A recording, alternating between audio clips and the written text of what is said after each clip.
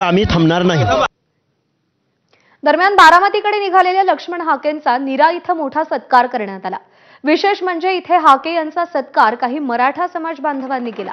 महाराष्ट्र हा 18 पगड जातींचा आहे, त्यामुळे महाराष्ट्र एक आहे हे या सत्कारातून दाखवून दिलं असं हाकेंनी म्हटलंय। त्यानंतर हाकेंना खांद्यावर उचलून ओबीसी संघटनांतर्फे देखील सत्कार करण्यात आला।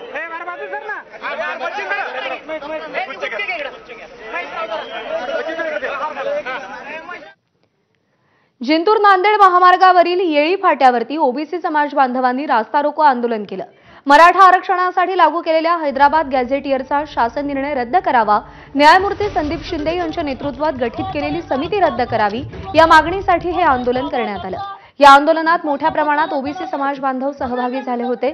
या रास्ता रोको आंदोलनामुळे महामार्गावरील वाहतूक खोळंबली आणि वाहनांच्या लांबच लांब रांगा लागल्याचं पाहायला मिळालं। मनोज जरांगे यांच्या आंदोलनानंतर महाराष्ट्रामध्ये हैदराबाद गॅजेट लागू करण्यात आले। शासनाच्या वतीने एक शासन निर्णय काढून हैदराबाद गॅजेट लागू करण्यात आलेले आहे। त्यानंतर राज्यभरातील ओबीसी समाज बांधव आक्रमक झाल्याचं पाहायला मिळते। मी सध्या उभा आहे औरंगाबाद नांदेड महामार्गावर हिंगोली जिल्ह्यातील येळी फाटा या ठिकाणी ओबीसी समाज बांधवांच्या वतीनं या ठिकाणी हा रास्ता रोको करण्यात आलेला आहे। आपण या ठिकाणी बघू शकता मागील अनेक काळापासून हा रास्ता रोकोचं जे नियोजन केलं जात होतं, अनेक दिवसापासून नियोजन केलं जात होतं। आता हा रास्ता रोको सुरू झाला असून या रास्ता रोकोच्या दोन्ही बाजूला मोठ्या प्रमाणामध्ये वाहनांच्या लांबच लांब रांगा लागल्या आहेत। तर जिल्हाभरातील ओबीसी समाज बांधव या ठिकाणी रस्त्यावर उतरल्याचं पाहायला मिळतंय। ओबीसी मध्ये जी घुसखोरी सुरू आहे ती घुसखोरी थांबावी, त्याचबरोबर न्यायमूर्ती संदीप शिंदे यांच्या नेतृत्वामध्ये जी राज्य शासनानं समिती गठीत केली ती समिती तत्काळ रद्द करावी।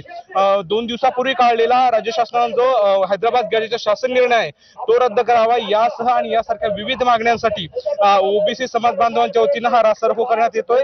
या ठिकाणी सुरू असलेल्या रास्ता रोकोमुळे औरंगाबाद ते नांदेड या महामार्गावरची वाहतूक पूर्णपणे ठप्प झाली आहे। म्हणजे कॅमेरामॅन विनंती करेल की आपण पलीकडच्या बाजूला दाखवावं। दूरपर्यंत या ठिकाणी जे ते मोठ्या प्रमाणामध्ये वाहनांच्या लांबच लांब रांगा लागलेल्या आहेत, त्यामुळं या ठिकाणी वाहतूक पुरती खोळंबलेली आहे। तर या ठिकाणी हिंगोली पोलीस असो, औंढा नागनाथ पोलीस असो, त्यांच्या वतीने सुद्धा या रास्ता रोकोच्या पार्श्वभूमीवर चोख बंदोबस्त ठेवण्यात आलेला आहे। मोठ्या प्रमाणामध्ये ओबीसी समाज बांधव या ठिकाणी रस्त्यावर उतरायचं पाहायला मिळतंय।